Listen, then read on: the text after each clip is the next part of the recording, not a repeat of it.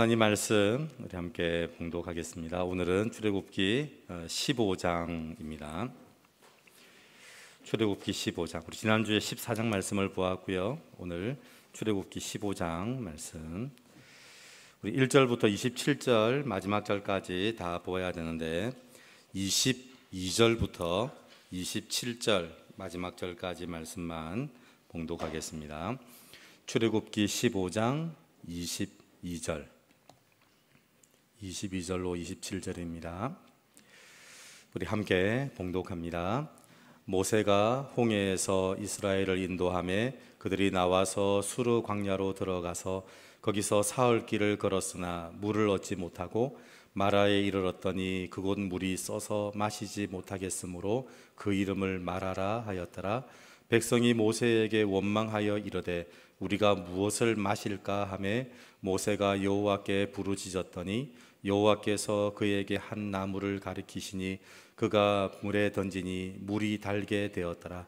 거기서 여호와께서 그들을 위하여 법도와 율례를 정하시고 그들을 시험하실세 이르시되 너희가 너희 하나님 나 여호와의 말을 들어 순종하고 내가 보기에 의를 행하며 내 계명에 귀를 기울이며 내 모든 규례를 지키면 내가 애굽 사람에게 내린 모든 질병 중 하나도 너희에게 내리지 아니하리니 나는 너희를 치료하는 여호와임이라.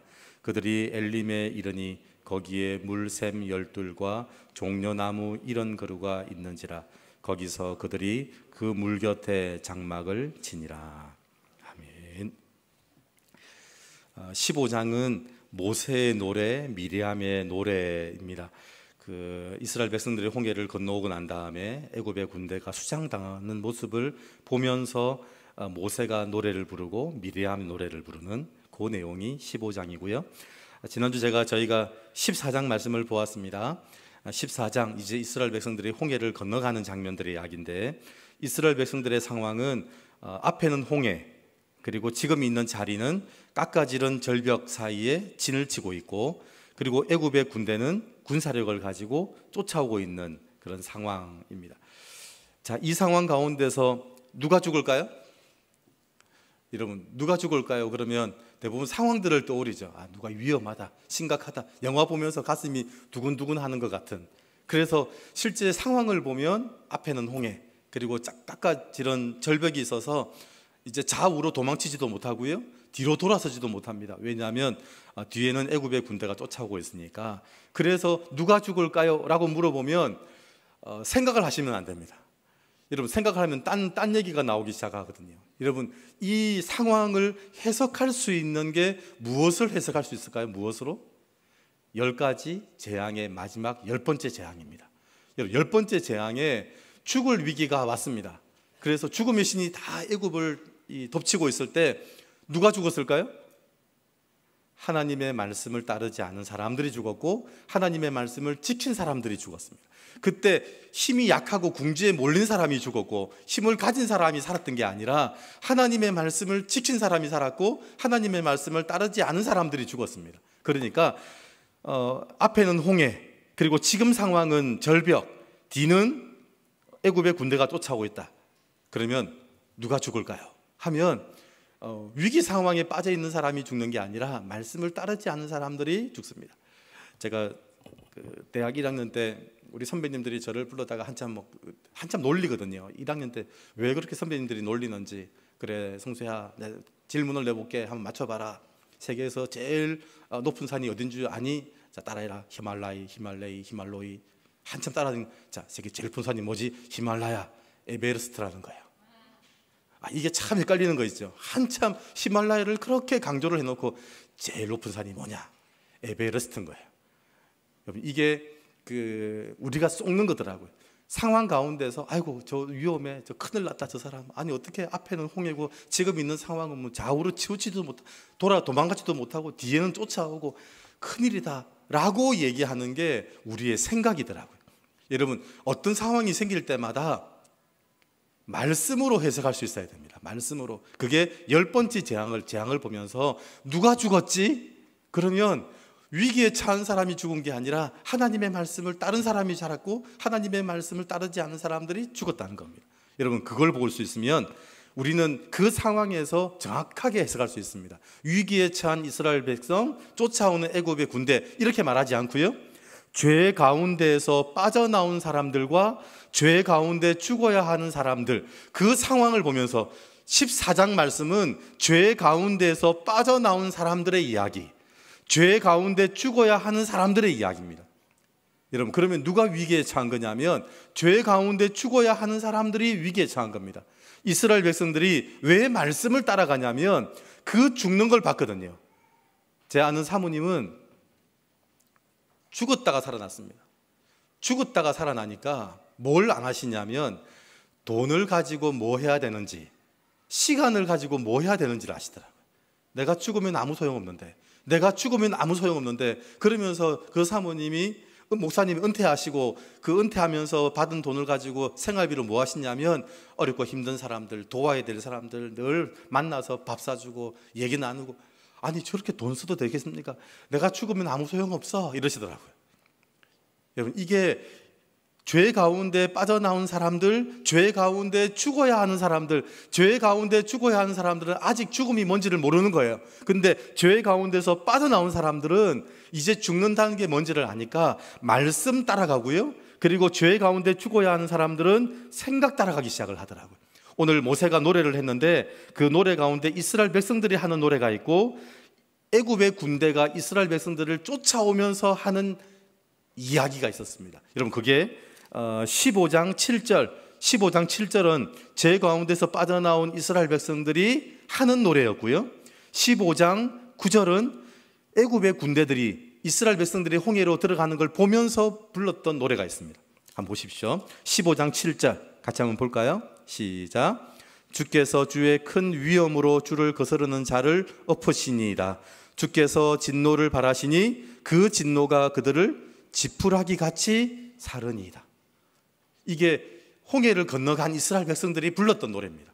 자, 그러면 그 홍해를 건너가는 이스라엘 백성들을 보면서 애굽의 군대 바로가 뭐라고 말을 했는지 한번 보시기 바랍니다. 15장 9절입니다. 15장 9절 시작. 원수가 말하기를 내가 뒤쫓아 따라잡아 탈취물을 나누리라. 내가 그들로 말미암아 내 욕망을 채우리라. 내가 내 칼을 빼리니 내 손이 그들을 멸하리라 하였습니다.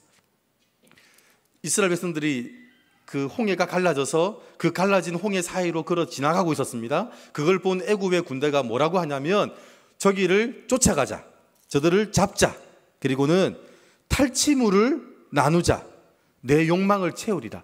왜냐하면 이스라엘 백성들이 애굽을 나갈 때 애굽에 있는 모든 사람들이 자기 집에 있는 금은 폐물을 다 줬거든요. 이제는 하도 질리는 거예요. 제발 나가달라는 거예요. 당신들 때문에 못 살겠다는 거예요. 여러분 하나님의 말씀이 선포되고 예수 그리스도께서 이 땅에 오시자마자 사람들이 했던 일은 좋은 게 아니었습니다. 예수님께서 먹이시고 입히시고 살리시고 말씀으로 가르치시고 병든 자를 고치시고 귀신 들린 자를 낫게 하시고 그랬더니 사람들이 웰컴, 환영한 게 아니고요, 제발 나가달라는 거예요. 여러분 이해되십니까? 예수 믿는 것 때문에 해방돼야 되는데 힘들다는 거예요. 제발 우리 집에 전도하지 마십시오. 우리 집이 우상 숭배하는 제사 드리는 집입니다. 예수님을 전하면 그 귀신들 때문에 우리가 힘듭니다. 예수 못 믿습니다. 우리는 귀신들 때문에 예수 못 믿습니다. 제발. 그러면서 복음신. 저희 어머니가 무당 굿하면 꼭 나가서 봤다는 거예요. 무당 굿을 하면. 그러면 그 무당이 저희 어머니한테 늘 좀 나가달라 했다는 거예요. 왜냐하면 이렇게 짝두를 타야 되는데 예수 믿는 사람이 와서 보고 있으니까 자꾸 삐걱삐걱거리는 거예요. 짝두를 못 하는 거예요. 영업을 해야 되는데 영업이 안 되는 거예요. 귀신이 우리말로 쫄려가지고. 그래서 무당이 제발 여기서 예수 믿는 사람은 좀 나가달라, 예수 믿는 사람은 좀 나가달라고 얘기를 했다는 거예요. 여러분 그 느낌이 애굽의 사람들이 이스라엘 백성들에게 제발 나가달라고 얘기하는 거예요. 제발 나가달라. 그러면서 그 금은 보화를 다 준 거예요. 그러면서 애굽의 군대가 쫓아가면서 뭘 봤을까요? 그 금은 보화를 다 가지고 가는 그 사람들의 그게 보이는 거예요. 그런데 상황이 뭐냐면 구름 기둥, 불 기둥이 지금 앞에 서 있고 바닷물이 갈라지고 있고, 여러분 같으면 들어가겠습니까? 안 들어가겠습니까? 하나님이 하시는 일이 뻔히 보이는데 뭐가 보이냐면 그건 안 보이고 그 사람들이 가지고 나가는 금은 보화만 보이는 거예요. 그래서 사람들이 죽더라고요. 하나님의 말씀이, 하나님 역사가 뻔히 보이는데 어디에 목숨을 거냐면 저 사람들의 재산을 빼앗을 수 있다는 거예요. 그렇게 해서 생각을 따라가는 거예요. 이스라엘 백성들은 말씀을 따라가고 이 애굽의 군대와 바로는 생각을 따라가기 시작을 하는 거예요. 누가 죽을까요? 생각을 따라가는 사람이 죽습니다. 여러분, 불을 쫓아가는 나방이 불타는 것과 똑같은 상황이 누가 죽을지를 지금 어려운 상황에 처해 있는 사람이 죽는 게 아니라 저 사람들이 죽을 거라는 게 보이는 게 그게 말씀으로 해석하는 일이라는 겁니다. 그래서 말씀 따라갈 수밖에 없다, 말씀 따라가는 게 맞다라고 이해하는 게 분명하다는 겁니다. 근데 말씀 따라가는 게 맞다 이랬더니 목사님 그래도 그건 힘듭니다.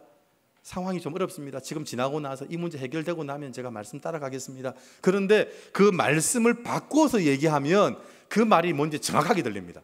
말씀 따라갈 수밖에 없다. 이게 다른 말로 뭐라고요? 구름 기둥, 불 기둥 따라갈 수밖에 없다라는 말입니다. 불 기둥, 구름 기둥 안 따라가면 낮에는 더워 죽고 밤에는 추워 죽는다. 제가 말씀드렸죠. 한 3분도 못 버티겠더라고요. 광야에서 낮에 거기에 버틸 수 있는 것 3분도 못 버티겠더라고요. 그러니까 말씀 따라가는 게 맞다. 그게 뭐냐면 구름 기둥, 불 기둥 따라가는 게 맞다라는 겁니다. 이스라엘 백성들이 믿음이 좋아서 따라간 거 아닙니다. 이스라엘 백성들은 안 따라가면 죽는다는 거 아는 거예요. 지금 자기 집에 문설주 바르고 애굽에 있는 모든 장자가 죽는 거 다 봤거든요. 그러니까 말씀 안 따라가면 죽는다는 걸 본 사람들이에요. 그러니까 믿음이 좋아서라기보다는 죽지 않는 방법을 아는 거예요. 말씀 따라가야 죽지 않는다는 걸 아는 사람들이 지금 이 사람들이었어요. 여러분, 사는 집은 물을 흉기 만들었습니다. 여러분, 홍수가 났을 때 물이 사람 사는 집을 다 흉가로 만들어 버렸습니다. 그런데 방주는요, 방주는 물이 도구 만들었습니다. 방주를 살리는 도구 만들었습니다. 집을 해석하실 때 우리 집, 내가 사는 집, 그 집을 어떻게 해석해야 될까요? 우리는 어떻게 해석하냐면 비교해서 해석을 해요. 다른 집보다 잘 지었다는 거예요. 다른 집보다 비싸다는 거예요. 우리 집은 위치가 좋다는 거예요. 그런데 집도 무엇으로 해석해야 된다고요? 말씀으로 해석해야 됩니다. 여러분, 방주입니다. 방주. 여러분이 살고 있는 집은 방주입니다. 그러면 방주는 사는 집이 아니고요, 살리는 집입니다. 집을 해석하실 때 사는 집이라고 얘기하면 홍수가 나면 그 집은 흉가가 되고 마는데, 흉기가 되고 마는데, 하나님의 말씀을 가지고 살리는 집이 되면 그 물은 그 집을 살리는 도구 된다는 겁니다. 그래서 말씀을 해석하기 시작하면 집도 달리 보기 시작합니다. 아, 집은 사는 데가 아니야. 집은 살리는 데지. 집은 살리는 곳이야. 여러분, 그런 개념으로 계속 개념 정의를 하는 거예요. 제가 목사가 돼서 설교할 때 얼마나 좋으냐면요, 말씀을 읽을 때마다 제 머리, 이 돌머리를 깨트리는 일을 하시더라고요. 집은 살아야 돼. 좋은 집에 살아야 되고, 사람들이 부러워하는 집에 살아야 되고, 위치가 좋은 데 살아야 되고, 아니더라고요. 집은 살리는 곳이야. 그래서 살려야 되는 사람들 옆으로 가야 돼. 집은 거기에 있어야 돼. 그게 집을 해석하는 방법이더라고요. 그래서 이 14장을 해석하려면 10번째 재앙인 그 10번째 장자 죽음의 재앙으로 돌아가서 그것으로 해석하는 게 맞다라는 겁니다. 그리고 이스라엘 백성들은요, 홍해 때문에 죽어야 하는데 홍해를 길로 만드는 걸 봤습니다. 홍해 때문에 죽어야 되는데 홍해가 길이 되었고요, 광야 때문에 죽어야 되는데 광야가 풍성한 옥토가 되는 걸 봤습니다. 그러면 이스라엘 백성들의 최종 목적지는 가나안이죠. 우리의 최종 목적지는 하늘 천성입니다. 그런데 이 땅을 살아가면서 홍해 광야를 지나가야 가나안이 나오는 게 아니라는 겁니다. 우리는 늘 착각을 해요. 지금은 어렵지만 나중에는 좋아지겠지. 아닙니다. 홍해를 길을 만들어서 지나가는 사람이 없어요. 세상에 제일 위대했던 강력한 애굽의 군대도 홍해를 길로 만들지는 못했어요. 우리는 홍해를 길로 만들어서 지나가는 사람들이에요. 얼마나 멋있는지 모릅니다. 우리는 조선시대 왕들보다 더 잘 먹는 사람들입니다. 그렇죠. 우리나라는 조선시대 왕들보다 더 잘 먹고요, 우리는 왕들이 전국에 올라오는 그 특산물을 다 받아서 먹었거든요. 왕은 전국에서 올라오는, 우리 가덕도에서도 왕에게 올라가는 특산물이 있었습니다. 제가 오니까 얘기하시더라고요. 가덕도 대구, 가덕 대구는 임금님께 진상되는 대구라는. 그러니까 임금님은요 전국에서 올라오는 특산물을 다 먹었어요. 봤더니 우리가 그러고 있더라고요.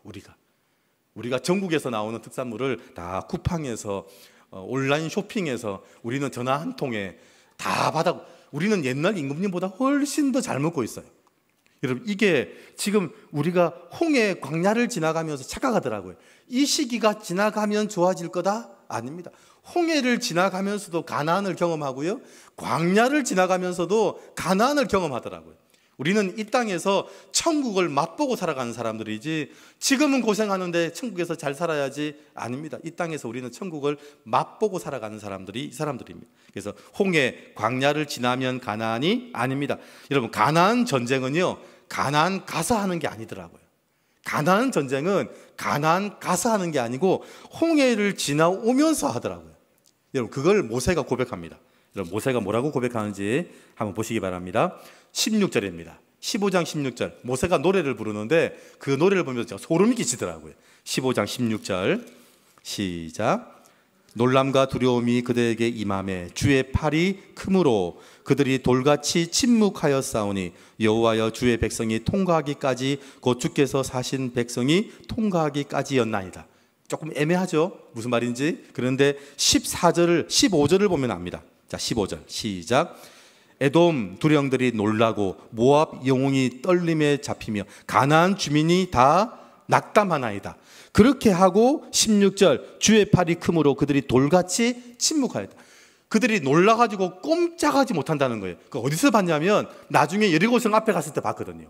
여리고성 앞에 여리고성 그 군사들이 밖을 내다보는 사람이 한 사람도 없는 거예요. 다 굳어 있는 거예요. 뭘 들었죠? 이 가나안 사람들이 15절 마지막처럼 다 낙담한 거예요. 세상에 이스라엘 백성들이 홍해를 가르고 지나왔단다. 여러분, 바다를 갈라서 길처럼 지나온 민족이 어디 있습니까? 광야를 지나가는데 한 사람도 굶어 죽은 사람 없다더라. 여러분, 그게 이미 전쟁을 시작한 겁니다. 그래서 가나안을 들어갈 때 빠른 길이 중요한 게 아니고 하나님의 말씀을 따라가는 게 중요한 게 뭐냐면, 빨리 갔으면 뭐 해야 되죠? 가나안과 전투를 했어야 돼요. 그런데 하나님의 말씀을 따라갔더니 전투를 할 필요가 없는 거예요. 이미 그 가나안에 있는 여리고성 그 군사들이 마음이 다 녹아버렸어요. 마음이 녹아버리니까 여리고 성도 무너지더라고요. 여러분, 사람 마음이 녹아지면 사는 집도 녹아버립니다. 그래서 사람이 안 사는 집을 흉가라 그래요. 흉가. 사람이 안 살면요 집이 무너져요. 그래서 빈집에 있는 주인들의 소원이 뭐냐면 여기에 사람들이 좀 살았으면 좋겠다는 거예요. 그냥 세를 안 받아도 좋으니까 이 땅이 좀 살아달라는 거예요. 그게 집, 땅 똑같습니다. 땅도요, 누가 안 가꾸면 땅은 그냥 황무지가 돼버리고 말거든요. 누가 살아야 된다는 거예요. 오늘 여기에 있는 이 여리고성이 마찬가지입니다. 그 2m가 넘는 그 거인들이 사는 그 사람들이 다 마음이 녹아내려서 낙담해서 보니까 여리고성도 같이 무너진 거예요. 그래서 가나안의 전투는 가나안에서 시작된 게 아닙니다. 우리는 자꾸 문제가 생길 때 그 문제에서 시작하는 게 아니고요, 그 전쟁은 지금부터 하는 겁니다. 지금부터 하는 전쟁이 나중에 전쟁을 이긴다는 겁니다. 내일 하나님이 하신 일을 보고 싶으십니까? 여러분, 내일 하나님이 하신 일을 보고 싶으시면 오늘 하나님이 하시는 일을 보시면 됩니다. 그리고 오늘 노래 없이 내일 노래는 없습니다. 모세는 대단합니다. 그 홍해를 가르고 지나오는 걸 보면서 딱 느낀 거예요. 이 소문이 가나안으로 퍼질 텐데 이미 가나안도 다 낙담할 거다. 이미 이 싸움은 이겼다. 이 싸움을, 그래서 그 모세가 부르는 노래를 잘 마음에 새겼던 두 사람, 여호수아 갈렙은요 여리고성을 보고 와서도 뭐라고 얘기했죠? 이 성은 우리에게 주셨다라고 얘기했어요. 여리고성을 보고 와서 10명은 다 기죽어 했는데 이 두 사람은 여리고성을 오면서 이 성을 우리에게 주셨다고 얘기했어요. 그걸 그렇게 고백할 수 있었던 이유가 뭐냐면 이 여호수아 갈렙은 모세가 노래를 부를 때 이 노래를 잘 새겨 들었던 사람이 이 사람들이었어요. 여러분, 노래를 부를 때 그 노래를 하나님의 말씀을 잘 새겨 들어야 됩니다. 그 말씀이 무슨 말씀인지. 여러분, 제가 광고를 하면 여러분 그 필요한 광고만 듣지 마십시오. 어떤 분들은 자기 필요한 광고는 듣고요, 다른 광고는 못 들었다는 거예요. 자꾸 자기 필요한 얘기만 듣는 거예요. 모든 얘기를 다 들어야 됩니다. 하나님의 말씀을 듣는데 정말 필요하고 중요한 얘기는 어떤 얘기인 줄 아십니까? 어떨 때? 어떨 때냐면 잠이 올 때 들리는 말씀이 주의 말씀이에요. 하나님이 딱 말씀을 전할 때 들어야 될 얘기를 딱 하실 때 그때 마귀는 뭐 할까요? 못 듣게 해야 되죠. 못 듣게. 그때 졸아야 되거든요. 그때. 그래서 여러분 졸릴 때 지금 가장 중요한 얘기를 하고 있구나라고 생각하시면 됩니다. 제가 신방할 때 말씀을 드렸죠. 제가 신방을 가고 지금 늘 말씀 전도하러 가야 되는데 차가 사고가 났어요. 그래서 처음에는 오늘은 못 가겠다. 전화 걸어서 집사님 오늘 제가 못 갈 것 같습니다 라고 하려고 하다가 사고가 났다? 못 가게 한다? 여러분 못 간다가 아니라 마귀가 못 가게 한다? 그럼 반드시 그게 무슨 일이 있다고요? 지금 꼭 내가 가야 될 일이 있다는 거예요. 그래서 차를 맡겨놓고 택시 타고 갔더니 그동안 한 번도 전도 안 해오던 그 집사님이 자기하고 똑같은 사람을 데려다가 앉혀놨더라고요. 오늘 목사님 말씀 들어봐라 이러고 있는 거예요. 그런데 제가 그날 사고가 난 거잖아요. 그러니까 사고가 나고 힘들고 어려울 때는 아이고 못 가겠다가 아니라 이건 꼭 가야 되는 일이구나. 예배 시간 설교 시간에 갑자기 잠이 온다? 그러면 꼭 들어야 될 말씀이구나. 아시겠죠? 그래서 이 가나안 전투가 바로 그렇다는 겁니다. 그래서 오늘 노래 없이 내일 노래는 없다. 모세는 지금 이 홍해 바다를 가르고 지나오면서 부르고 있는데 그 노래를 하면서 가나안 전투에 대한 이야기도 이미 다 하고 있는 거예요. 바다 가운데를 같이 지나갑니다. 지금 바다 가운데를 이스라엘 백성들과 애굽의 군대가 같이 지나갑니다. 우리는 하나님의 사람들만 하나님의 역사를 지나가고 있는 것 같죠? 아닙니다. 하나님의 백성 아닌 사람들도 하나님의 은혜 가운데 같이 있습니다. 여러분 비가 내리면 우리 믿는 권사님 집 밭에만 비가 내릴까요? 아닙니다. 다 내립니다. 비가 다 내리지 믿는 사람의 밭에만 비가 내리고 거기는 비가 안 내리고 그런 일은 없습니다. 그러니까 이 15장에 나오는 대로 이스라엘 백성들이 홍해 바다를 지나가고 있으며 홍해 바다를 마른 길을 지나가고 있는데 애굽의 군대도 똑같이 지나가고 있다는 거예요. 그러니까 바다 가운데를 같이 지나가는데 누구는 마른 땅같이 지나가고 누구는 바닷물이 흘러서 바닷물이 덮치기 시작을 하는 거예요. 여러분 그럴 때 사람들이 시각이 둘 중에 하나입니다. 저 사람은 못돼서 그래. 저 사람은 못돼서 그래. 나는 착한데 저 사람은 못돼서 그래. 그래서 자꾸 어려움을 당하면 사람들이 그렇게 생각해요. 저 사람이 지은 죄가 많은가 봐 이러는 거예요. 여러분 우리는 늘 비교하더라고요. 저 사람은 지은 죄가 많고 우리는 그 죄 안 지었거든. 그랬는데 조금 더 나아졌더라고요. 사실 그렇게 하는 게 율법주의더라고요. 그렇게 예수 믿는 시대가 지나면서 그게 참 저희는 싫었어요. 아니 왜 세상 사람들을 늘 그렇게 볼까? 저는 악하고 우리는 선하고. 아닙니다. 그래서 그때 우리가 신학 공부하면서 그때 교수님들이 한테 저 사람들은 악하고 우리는 선한 게 아니고 그 사람들은 우리는 덜 악하고 저기는 더 악하고 그랬더니 멋있어 보이더라고요. 그런데 아니더라고요. 여러분 성경이 말하는 사람의 시각은 다릅니다. 그 사람들은 더 악하고 우리는 덜 악한 게 아니라 그렇게 지나가는데 이스라엘 백성들은 마른 땅같이 지나가고 애굽의 군대는 수장됐던 이유가 뭐냐면 하나님의 은혜더라고요. 우리가 덜 악해서가 아니라 하나님의 은혜더라고요. 우리가 바다 가운데 같은 오늘 하루를 마른 땅같이 지나가는 건 은혜입니다. 애굽의 군대가 약해서 수장됐겠습니까? 이스라엘 백성들이 강해서 살았겠습니까? 우리는 약하고 그들은 강한데도 불구하고 우리가 살았던 이유는 은혜입니다. 하나님의 은혜로 살았지. 그래서 비교하는 게 세상입니다. 여러분 비교하는 게 세상이고요. 우리는 감사할 뿐입니다. 끊임없이 세상은 비교합니다. 그 사람들은 악하고 나는 덜 악하고 그 사람들은 못하고 부족하고 나는 덜 가졌고 그래서 항상 비교하는 것입니다.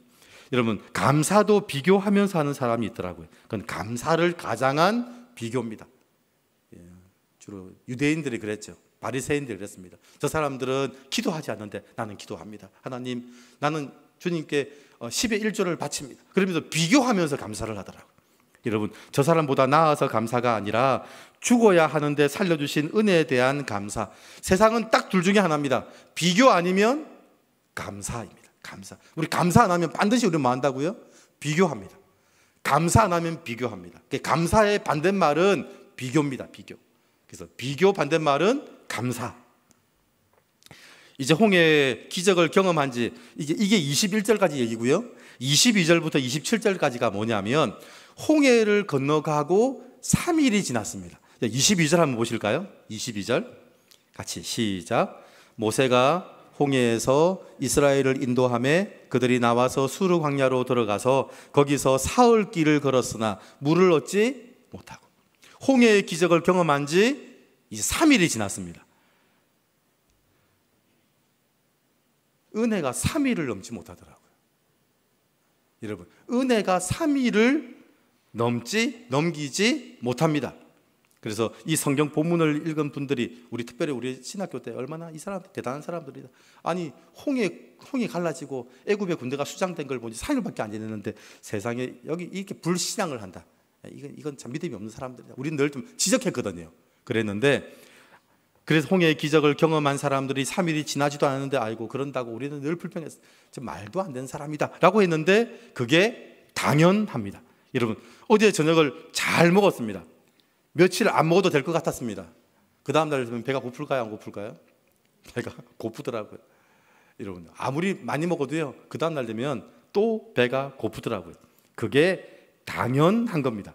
그 다음날이 되면 먹어야 되고요. 점심을 먹고 나서 얼마 지나지 않아서 저녁 먹는 거 어떻게 그럴 수 있냐라고 따지지 마셔야 됩니다. 어떻게 네가 그렇게 먹고 저녁이 되면 당연히 배가 고픈 게 맞습니다. 그게 당연한 겁니다. 홍해의 기적으로 3일 버티려 하지 마십시오. 우리는 홍해의 기적을 경험하고 난 다음에 3일 버티는 사람이더라고요. 내가 40년 전 경험한 하나님으로 40년을 버티려 하더라고요. 은혜 받은 걸 얘기를 하라고 하면 우리 옛날에 얘기하다. 옛날 내가 하나님께 은혜 받았던 얘기인데 들어보면 한 40년 전 얘기예요. 40년 전 받았던 은혜를 가지고 지금 버티는 게 가능하다, 불가능하다? 불가능하다. 은혜는 며칠을 못 버틴다고요? 3일을 못 버틴다. 여러분, 은혜는 3일을 못 버틴다는 걸 반드시 기억하셔야 됩니다. 그래서 은혜는 가끔 받는 게 아니라 매일매일 순간순간 받아야 됩니다. 그래서 하나님이 이스라엘 백성들을 어디로 넣으셨다고요? 오늘 22절 이스라엘 인도하며 그들이 나와서 어디로 들어갔다고요? 그렇죠. 하나님이 홍해의 기적을 경험하고 3일이 지나니까 불평불만을 하는 거예요. 그럼 불평불만을 하면 불평불만하지 않을 곳으로 보내야 되잖아요. 그런데 광야로 보냈어요. 여러분, 광야는 3일을 버틸 수 있는 데가 아니에요. 광야는 이제는 아무것도 없는 곳으로 몰아넣는데 이제는 매일매일이 아니라 순간순간 은혜를 받아야 되는 곳으로 보내신 거예요. 앞에서는 3일은 버텼죠? 아닙니다. 이제는 은혜 안 받으면 순간순간 은혜 안 받으면 안 되는 곳으로 하나님이 우리를 보내시는 거예요. 그게 광야입니다. 세상이 그렇습니다. 세상은 3일, 은혜 받은 거 3일로도 버티지 못하는 데입니다. 은혜 받아서 3일 지나면 끝나는 데입니다. 3일이 아니고 매일매일, 아니 순간순간 은혜를 받아야 되는 데가 광야, 세상이라는 겁니다. 그래서 매일매일 하나님의 은혜가 필요하고 그건 이상한 게 아니고 당연한 겁니다. 은혜 받고 돌아서면 또 은혜가 필요합니다. 은혜 받고 돌아서면 또 은혜가 필요하고 또 은혜가 필요하고, 그래서 우리는 그 받은 은혜를 사는 게 아니고 은혜 받고 또 은혜 받고 또 은혜 받고, 그걸 경험한 게 광야 40년 동안의 생활이었습니다. 매일매일 순간순간. 어제 세계 뉴스를 보니까 이라크가 세계 산유국 중에서 제일 많이 기름을 산유하는 2위더라고요. 그런데 거기에 전기가 안 돼가지고 난리더라고요. 그런데 전기가 안 되니까 이 사설로 발전기를 돌려가지고 전기를 팔더라고요. 여러분, 그 전기 비싸서 못 쓴다는 거예요. 전기가 비싸가지고 2시간 받아가 쓰는데 비싸서 전기를 못 쓰니까 옛날 우리 느낌 나더라고요. 옛날 여름에 더우면은 우리 에어컨이 어디 있습니까? 에어컨이 그냥 평상에 나와서 잤지. 평상에 나와가지고 하늘 보면서 잤습니다. 그게 제일 우리 옛날하고 똑같이 하더라고요. 그 산유국 2위 되는 나라가 똑같이 그러고 있더라고요. 여러분, 매일매일 하나님의 은혜가 순간순간 우리에게 필요합니다. 전기가 끊어지는 순간 끝입니다. 전기가. 제가 아파트에 살았을 때 전기 끊어지니까 저는 전기 끊어지고 뭐가 문제인지를 몰랐는데 끊어지니까 알겠더라고요. 화장실 변기물이 안 내려가는 거예요. 왜냐하면 물을 발전기로 돌려서 올려놓은 거거든요. 그러니까 이게 화장실 변기물이 안 내려가는데 이게 제일 심각하더라고요. 전기가 안 되는 순간부터 그냥 하루하루가 아니고요, 이 순간순간이 힘들어지더라고요. 여러분, 광야에서의 삶은 하나부터 열까지 모두 공급받아야 하는 곳입니다. 이건 내가 해결할 수 있고 저건 내가 해결 못하고, 아닙니다. 광야에서는요, 우리가 해결할 수 있는 게 아무것도 없습니다. 우리는 기도하면 착각하더라고요. 기도하면서 하나님, 이건 제가 하겠습니다. 요건 하나님이 좀 해주십시오. 요건 제가 하겠습니다. 제가 늘 민폐를 끼치는 것 같습니다. 하나님, 제가 항상 주님을 좀 너무 부려먹는, 하나님 요거는 요건 제가 하겠습니다. 광야는 그런 데가 아닙니다. 광야는 내가 할 수 있는 게 있고 내가 못하는 데가 아니고요, 하나부터 열까지 전부 하나님의 은혜가 필요하지, 그리고 전부 다 하나님의 은혜가 필요한 것이 광야라는 겁니다. 그래서 모든 것이 은혜라고 고백할 수밖에 없는 곳이 광야 세상입니다. 제가 오늘 설교의 마지막을 이렇게 적었습니다. 저는 오늘도 새벽 하나님의 은혜로 일어났습니다. 제가 체력이 좋아서가 아니라 하나님 눈 뜨고 보니 오늘도 살았구나, 하나님의 은혜로 눈 뜨는 거더라고요. 그리고 하나님의 은혜로 새벽을 보내고 하나님의 은혜로 아침을 맞이합니다. 저는 하나님의 은혜로 순간을 삽니다. 하나님의 은혜가 떨어지면 1초 후에 원망하는 존재가 나라는 걸 압니다. 제가 그렇게 설교문의 마지막을 제가 그렇게 적었습니다. 목사는 은혜 받은 거 가지고 한 40년 버틸 것 같습니까?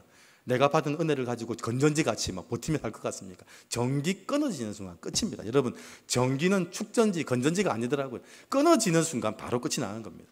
그걸 목사라도 예외가 아닙니다. 전기 끊어지는 순간, 은혜 끊어지는 순간 그냥 끝입니다. 끝. 그래서 항상 은혜가 순간순간 필요하다. 그래서 하나님이 이스라엘 백성들을 광야로 밀어넣으신 겁니다. 그 광야는 순간순간 은혜가 필요한 곳이거든요. 저는 가덕교회가 순간순간 은혜가 필요하다고 고백하는 여러분들이 되시기를 바라고, 그렇게 주의 말씀으로 말씀 따라가는 주의 백성들 되시기를 주의 이름으로 축원드립니다. 기도하겠습니다. 하나님 아버지, 감사합니다. 하나님, 우리에게 노래를 주시니 감사합니다. 하나님, 그 노래를, 감사의 노래를 부르는 우리들 되게 하여 주시옵소서.